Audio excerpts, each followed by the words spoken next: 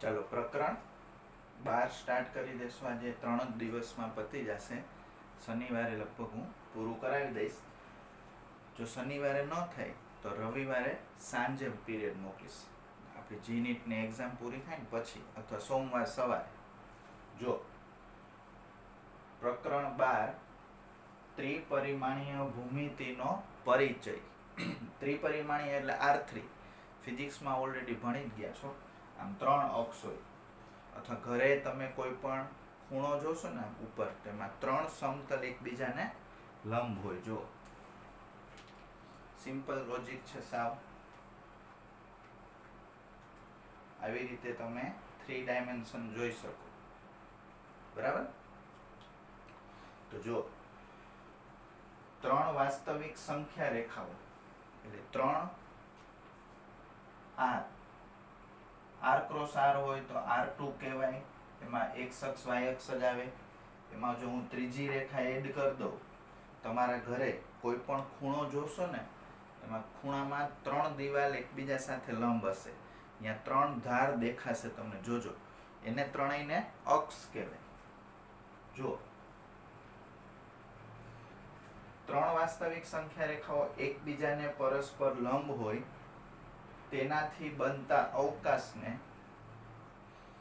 R3 તરીકે ઓળખવામાં આવે છે, અથવા ત્રિપરિમાણીય ભૂમિતિ કહે છે, અથવા સદિશ અવકાશ પણ કહે છે. એની આકૃતિ અહીંયા સ્પષ્ટ છે. x અક્ષ, y અક્ષ, z અક્ષ. આ z છે એ આવી રીતે હોય. બરાબર? ધ્યાન રાખજો. આમ ન હોય. બોર્ડ ઉપર છે ને R2 ની બોર્ડ એટલે સમતલ કહેવાય. સમતલમાં R3 દોરવું હોય તો આ રીતે તમારે લખવું પડે. R3 નો મતલબ 3 અક્ષ છે ને, એટલે R ઉપર 3 લખવાનું. x અક્ષ, y અક્ષ, z અક્ષ. એકદમ ક્લિયર છે. ફિઝિક્સમાં ઓલરેડી આવે જ છે. હવે થોડુંક યાદ રાખજો, સાવ સહેલું છે. R3 માં 3 અક્ષ હોય છે. x અક્ષ, y અક્ષ અને z અક્ષ. એટલે એને ઋણ ભાગે હોય, પણ આપણે x અક્ષ એટલે આખી એક રેખા સમજી લઈશું. ત્રણેય અક્ષો પરસ્પર લંબ હોય છે. હવે x અક્ષ હોય ને, x અક્ષ ઉપર y યામ અને z યામ શૂન્ય હોય. ધારો કે અહીંયા કોઈ બિંદુ લઉં તો એનો y યામ અને z યામ 0 હોય. ધારો કે અહીંયા 3 છે તો આને 3 0 0 કહેવાય. y અક્ષ ઉપર x અને z 0 લેવાનું. ધારો કે અહીંયા કોઈ બિંદુ છે તો એના યામ માનો કે અહીં 5 લખ્યા હોય ને, આને 0 5 0 કહેવાનું. એવી રીતે z અક્ષ ઉપર 0 0 z, x અક્ષ ઉપર x બાકીના 0, y અક્ષ ઉપર y યામ આવશે, બાકીના બે 0 થશે. z અક્ષ ઉપર z યામ આવશે, બાકીના બે 0 થશે. હવે R3 તમે કોઈ પણ ઘરે ખૂણો જોશો ને, એમાં 3 દિવાલ એક સાથે જોઈન્ટ હશે. એને ગણિતની ભાષામાં, જો આમાં બે રેખા આવે, આ દિવાલ XY સમતલ કહેવાય.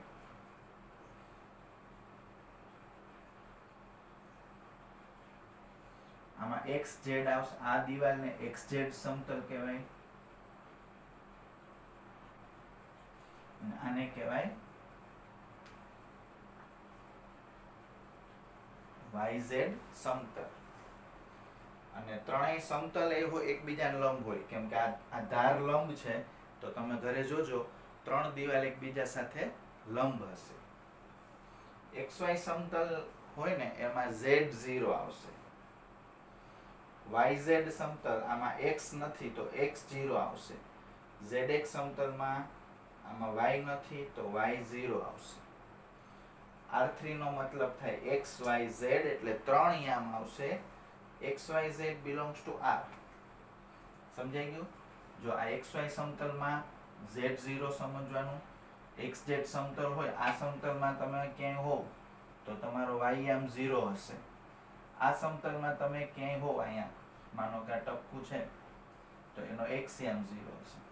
એટલે આ સમતલમાં z યામ 0 હશે, XZ સમતલમાં y યામ 0 હશે, અને YZ સમતલમાં x યામ 0 હશે. આ જગ્યાએ બધાયના યામ 0 હશે, ત્રણેય યામ 0 હશે. અને R3 હોય કોઈ પણ જગ્યાએ માનો કે, તો એના યામ XYZ 3 યામ હશે. હવે R3 માં તમારે જો હું તમને થોડુંક યાદ કરાવું, આને R2 કહેવાય. હવે માનો કે મારે 3 4 દર્શાવવા છે, તો પેલા તમે x અક્ષ ઉપર 3 લેશો, y અક્ષ ઉપર 4 લેશો, અને પછી તમે એને અહીંયા જોઈન્ટ કરશો. તો અહીંયાથી તમે જુઓ તો એક લંબચોરસ બન્યો. જો બે આમ સરખા હોય 3 3,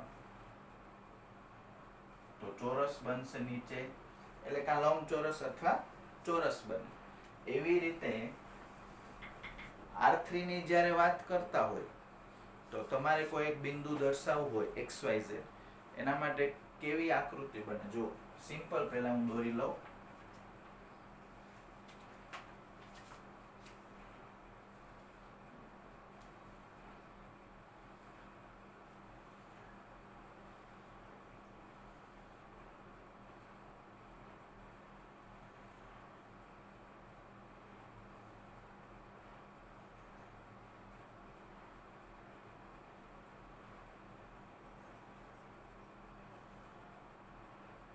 x અક્ષ, y અક્ષ, આ z અક્ષ. હવે pxyz છે ને અહીંયા હોય, જો આ જગ્યાએ, આને 0 0 0 કહેવાય. 0 0 0 એની સામે જે બિંદુ છે આમ ખૂણામાં, એને કહેવાય pxyz. ઈ પહેલા આપણે એક કામ કરીએ.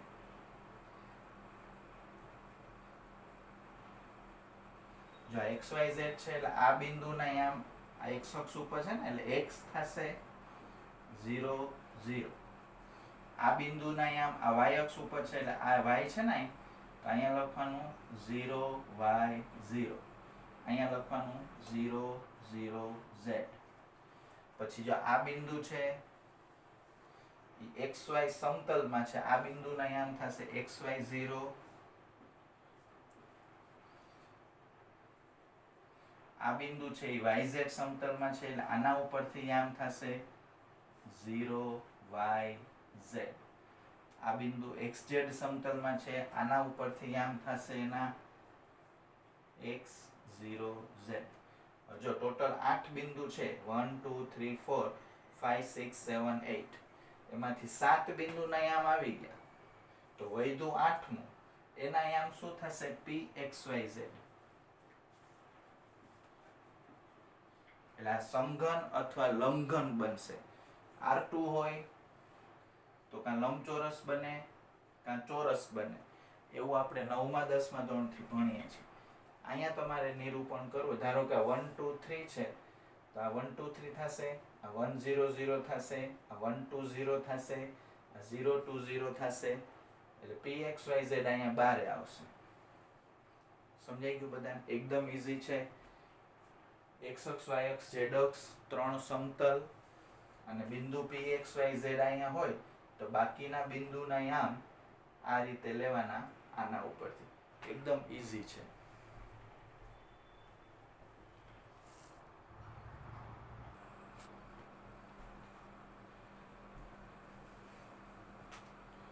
ચાલો જો R2 માં આપણે ખબર છે 4 ચરણ હોય,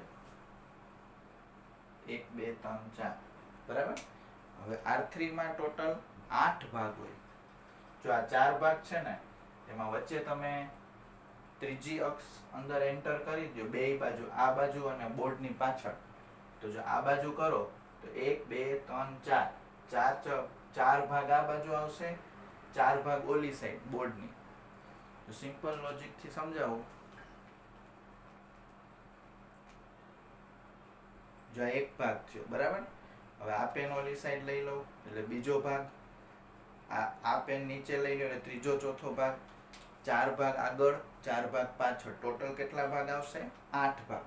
એટલે તમે જ્યારે તમારા ઘરે એક રૂમમાં બેઠા હો તો આપણે 8 માંથી એક ભાગમાં બેઠા કહેવાય. સમજાણું? હવે એમાં તમારે જો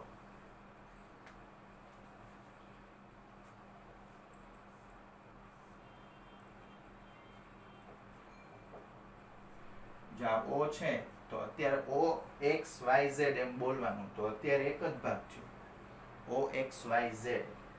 પછી આની ઋણ દિશા તમે લ્યો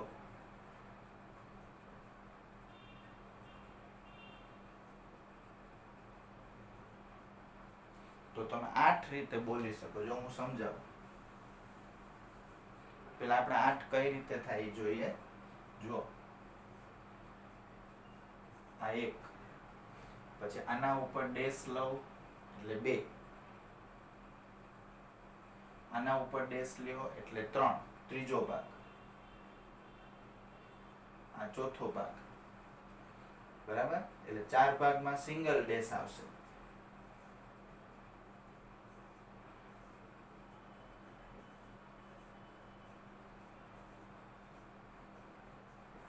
હવે ડબલ ડેશ, આ 5, 6, આ 7 અને ત્રણેય ઉપર ડેશ.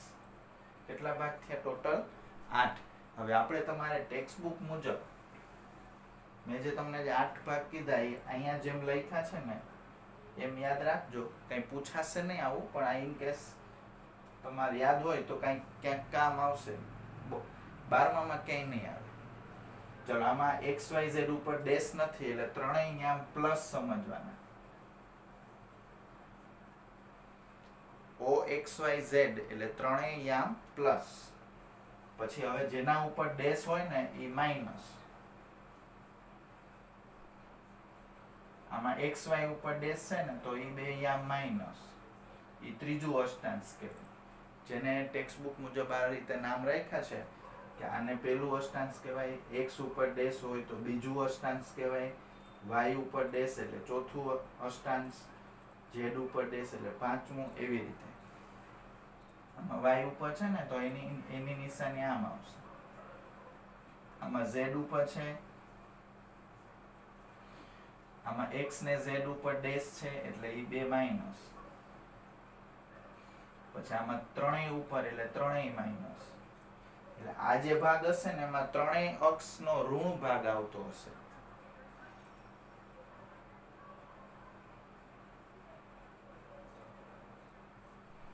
જો ફરીથી કહું, આમાં ત્રણેય અક્ષમાં ધન સંખ્યા હશે એટલે ત્રણેય આમ ધન.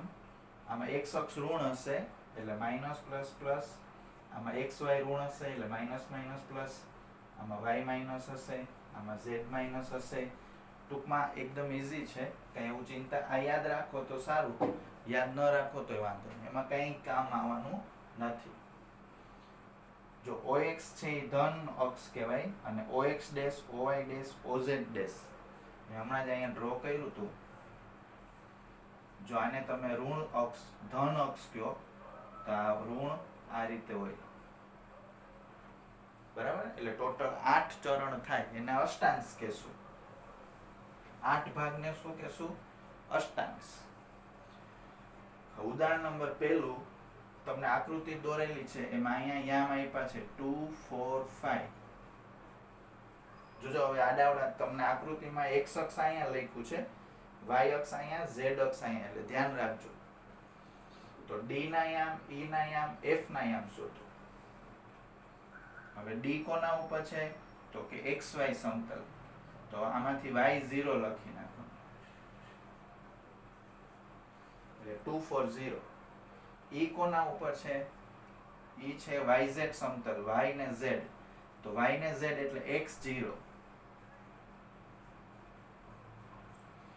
f કોના ઉપર છે? f છે xz સમતલમાં, xz એટલે y0 લખી નાખવાનું. ટૂંકમાં 2, 4, 5 છે તો d ના યામ 2, 4, 0 થશે, e ના યામ 0, 4, 5, f ના યામ 2, 0, 5. વધુમાં a કોના ઉપર છે? x અક્ષ ઉપર એટલે 2, 0, 0 લખવાનું ખાલી. b કોના ઉપર છે? y અક્ષ ઉપર છે એટલે એના યામમાં આ બે 0 થઈ જાય, 4 જ રાખવાનું. c છે એ z અક્ષ ઉપર છે એટલે z રાખવાનું, બાકીના બે 0. આ રીતે યામ બની શકે. આના યામ આપ્યા હોય તો આ બાકીના બિંદુના યામ xy સમતલ, yz સમતલ, zx સમતલ ઉપરથી લખવાના. x અક્ષ y અક્ષ ઉપર હોય તો એ મુજબ લખવાનું. ઉદાહરણ નંબર 2 આ બે કયા અષ્ટાંશમાં છે એ કહેવાનું છે આના ઉપરથી. તો જો આમાં પેલો યામ માઇનસ પ્લસ પ્લસ છે ને, માઇનસ પ્લસ પ્લસ એટલે આવી રહ્યું માઇનસ પ્લસ પ્લસ બીજા અષ્ટાંશમાં છે.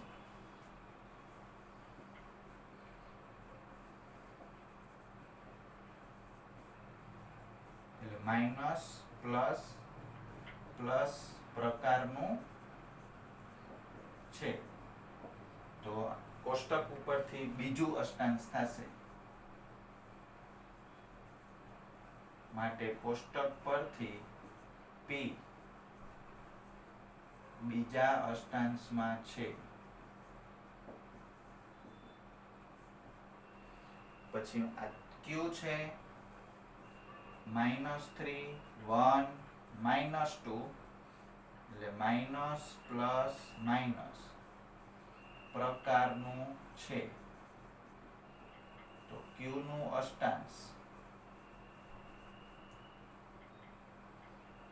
માઇનસ પ્લસ માઇનસ એટલે છઠ્ઠું, માટે Q છઠ્ઠા અષ્ટાંશમાં છે. એકદમ ઈઝી છે. આ કોષ્ટક યાદ હોય તો અષ્ટાંશ ખબર પડી જાય, પણ આવું કંઈ તમને એમને કેમ કે 3 ડાયમેન્શનમાં આપણે વિચાર કરવો અઘરું પડે. એટલે આ ખાલી યાદ રાખજો, દાખલા છે એટલે હું તમને કરાવી દઉં. જેના ઉપર ડેશ હોય એ માઇનસ, બાકીના બધા પ્લસ. તો આ મુજબ તમારે 8 ચરણ છે આમાં, એને અષ્ટાંશ કહેવાય. એની નિશાની યાદ રાખવાની. તમને આ બિંદુ આપેલું હોય તો બાકીના બધા બિંદુના યામ કેમ શોધવા એ આવડી જાય એવું છે. નિશાની તમને આપી હોય તો આ યાદ હોય તો કયું અષ્ટાંશ છે, પહેલું બીજું ત્રીજું ચોથું આઠમું ખબર પડી જાય.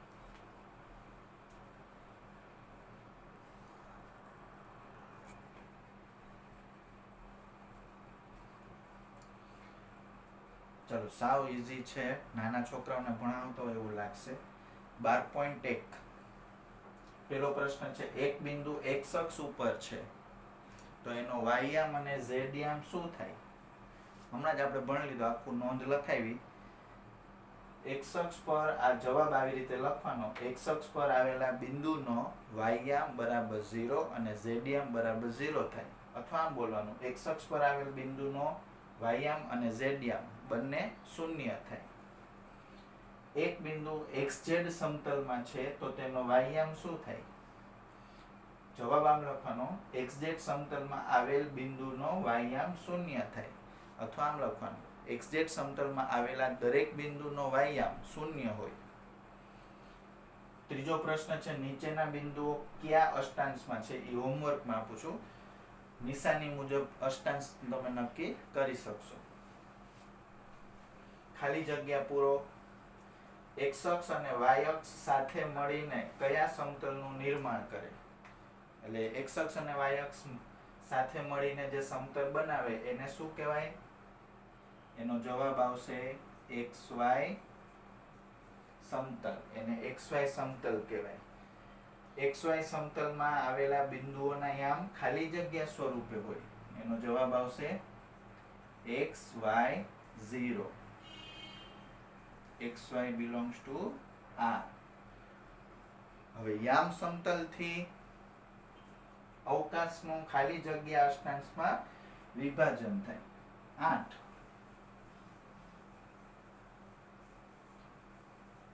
ટોટલ કેટલા અષ્ટાંશ બનશે? 8 અષ્ટાંશ. પણ જો ચોથો પ્રશ્ન મારા તરફથી છે,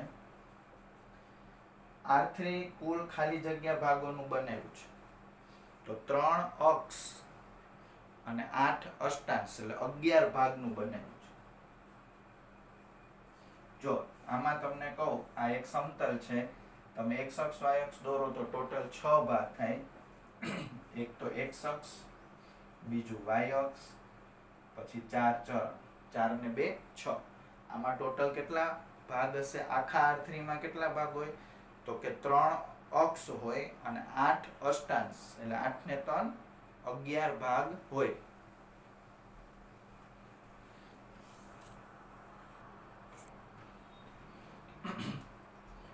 ચલો, ધોરણ 10 ને રિલેટેડ છે, ખાલી ફેર એટલો છે, ધોરણ 10 માં 2 યામ આવતા, હવે આપણે 3 યામ છે.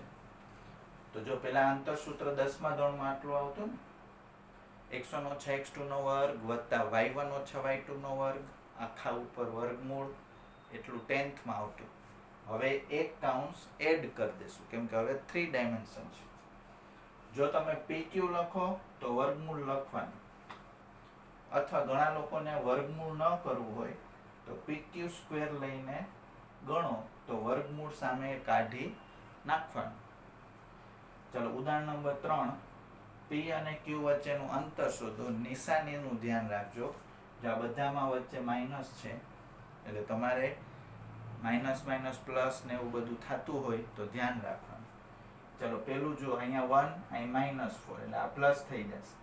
-3 -1 4 -2 એટલે 1 + 4 નો સ્ક્વેર, -3 -1 નો સ્ક્વેર, 4 - 2 નો સ્ક્વેર એટલે 25, 16 અને 4 એટલે 45. વર્ગમૂળ કાઢો 45 એટલે 9 × 5 = 45 એટલે 3√5 રૂટ આવશે. સાચું અંતર આ કહેવાય, આ તો સ્ક્વેર છે, અંતર આ કહેવાય. PQ થશે 3√5. હવે તમે 10મા ધોરણમાં 3 બિંદુ સમરેખ છે એ નક્કી કરી શકો. જો 3 બિંદુ સમરેખ હોય ને તો PQ અને QR નો સરવાળો આખા જેટલો થાય, એટલે વચ્ચે કોણ છે એના ઉપર ડિપેન્ડ છે. તમારે ટોટલ 3 અંતર શોધવાના. 3 બિંદુ આપ્યા હોય PQR, તો PQ, QR અને PR પેલા ત્રણેય સેપરેટલી શોધી લેવાના. સ્ક્વેર શોધો તો છેલ્લે વર્ગમૂળ લેવાનું. જો એક નોંધ તમને પેલા યાદ કરાવી દો, PQ + QR = PR થાય તો Q વચ્ચે આવશે. ડાબી સાઈડ જે બિંદુ 2 વખત આવતું હોય ને એ વચ્ચે હોય. આમાં 2 વખત P રાખ્યું છે તો વચ્ચે હશે P. આમાં 2 વખત R છે, વચ્ચે હશે R. અથવા ઊંધું યાદ રાખો, સામે PR છે ને તો જે બિંદુ ન હોય ને એ વચ્ચે હશે. આમાં Q નથી તો Q વચ્ચે હશે. આમાં બિંદુ P નથી તો બિંદુ P વચ્ચે હશે. આમાં R નથી તો R વચ્ચે હશે. કોઈ પણ એક ટેકનિક થી યાદ રાખો. ડાબી સાઈડ થી જેને યાદ રાખવું હોય એ 2 વખત હોય એ વચ્ચે હશે. જમણી બાજુથી જેને ટ્રીક યાદ રાખવી હોય એ જે બિંદુ આમાં ન હોય એ વચ્ચે હશે. ચાલો જો સાબિત કરો કે આમાં આ 3 બિંદુ સમરેખ છે અને Q બિંદુ વચ્ચે છે, એ મારા તરફથી છે. હાલો પેલા તમારે PQ² ગોતવાનું. -2 - 1 એટલે -3. 3 માંથી 2 જાય તો 1, 5 માંથી 3 જાય તો 2. ફરીથી જો -2 - 1 એટલે -3. 3 માંથી 2 જાય તો 1, 5 માંથી 3 જાય તો 2 એટલે 14 આવશે. એટલે PQ આવશે √14. 7 માંથી 1 જાય તો 6, 0 માંથી 2 જાય -2, -1 - 3 એટલે -4. એનો વર્ગ કરશો એટલે 56 આવશે સરવાળો. 56 એટલે 14 × 56 એટલે 2√14. PR² માં આવશે 7 વત્તા, અહીંયા ઓછાનું વત્તા થઈ જાય, અથવા આમ બોલો તો -9, આમ બોલો તો 9, તમારી ઈચ્છા. -9 નો વર્ગ, પછી 3 - 0 એટલે 3 નો વર્ગ, 5 આ વત્તા થઈ જશે, 5 + 1 એટલે 6 નો વર્ગ, 126 ટોટલ થશે. 126 એટલે 14 × 9, 14 × 9 એટલે 3√14. હવે જો આ બેયનો સરવાળો √14 અને 2√14, એ બેયનો સરવાળો કરો એટલે 3√14 થાય. તો PQ અને QR નો સરવાળો PR થાય છે, તો PQR સમરેખ થશે અને વધુમાં Q બિંદુ વચ્ચે આવશે. આમ લખો ને એટલે Q બિંદુ વચ્ચે છે અને સમરેખ છે, બે વસ્તુ આવી જાય. અથવા ગુજરાતીમાં લખવું હોય તો Q એ વચ્ચેનું બિંદુ થશે. સમજાઈ ગયું બધાને? 10th નું છે, ખાલી 3 વસ્તુ છે એટલે 10th માં આ 2 પદ આવતા, આપણે હવે 3 પદ છે.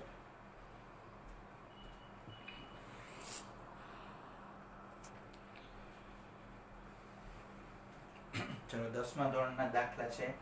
3 બિંદુ આપેલા છે ABC. તો ત્રિકોણ ABC કાટકોણ છે કે નહીં તમારે જ કહેવાનું છે. હવે કાટકોણ ત્રિકોણનો દાખલો પૂછે તો વર્ગ સહિત શોધવાનું. ચલો AB² થશે, 10 માંથી 3 જાય 7, 20 માંથી 6 જાય 14, 30 માંથી 9 જાય 21, એટલે બધાયનો વર્ગ થશે 49, 196, 441, 686. BC સ્ક્વેર એટલે 25 માંથી 10 જાય તો 15, 20 અને ઓછે ઓછે વત્તા 41 એટલે 61. આમ બોલો કે આમ બે એક જ થશે, વર્ગ છે ને એટલે બે હાલે. 30 માંથી 5 જાય તો 25, બધાના વર્ગ એનો સરવાળો આવશે 4571. AC સ્ક્વેર એટલે 25 માંથી 3 જાય 22, ઓછા 41 ઓછા 6 એટલે ઓછા 47, 9 માંથી 5 જાય તો 4, બધાયના વર્ગનો સરવાળો આવશે 2709. હવે આ સૌથી મોટી બાજુ છે ને, મોટો જવાબ. તો બાકીના બેનો સરવાળો કરીને જોશો ને તો 2709 માં 686 ઉમેરશો તો આના જેટલો જવાબ નહીં આવે. જો આવત તો પાયથાગોરસના નિયમ મુજબ કાટકોણ છે એમ કહી શકત, પણ આવત તો અત્યારે બેયનો સરવાળો આના જેટલો નથી, માટે ત્રિકોણ ABC કાટકોણ ત્રિકોણ નથી. હવે 12.2 ત્રીજાનો બીજો દાખલો. 3 બિંદુ આપ્યા છે, કાટકોણ ત્રિકોણ છે કે નહીં ચકાસણી કરો.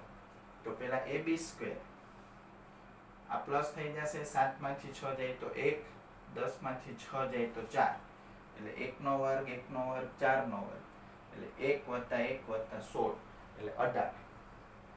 BC સ્ક્વેરમાં ઓછા 1 આ વત્તા 4 એટલે 3 વધે, 6 માંથી 9 જાય -3, 6 ઓછા 6 0, બાદબાકી કરીને વર્ગ કરવાનો. આમ બાદબાકી કરતું જવાનું, અહીંયા એનો વર્ગ મૂકી દો, 9 + 9 + 0 એટલે 18. હવે AC સ્ક્વેર 0 આ પ્લસ થઈ જશે, 7 માંથી 9 જાય તો -2, 10 માંથી 6 જાય તો 4, એટલે 16 + 4 + 16 એટલે 36. જો 18 ને 18 36 થશે. આ સૌથી મોટો જવાબ છે. તો નાના જવાબનો સરવાળો કરીને જુઓ, 36 આવી ગયું. તો AB સ્ક્વેર અને BC સ્ક્વેરનો સરવાળો AC સ્ક્વેર થાય છે. તો 10મા ધોરણના સ્ટુડન્ટ સુધીના સ્ટુડન્ટને આવડવું જોઈએ કે B ખૂણો છે એ 90 નો થશે. તો ત્રિકોણ ABC કાટકોણ છે.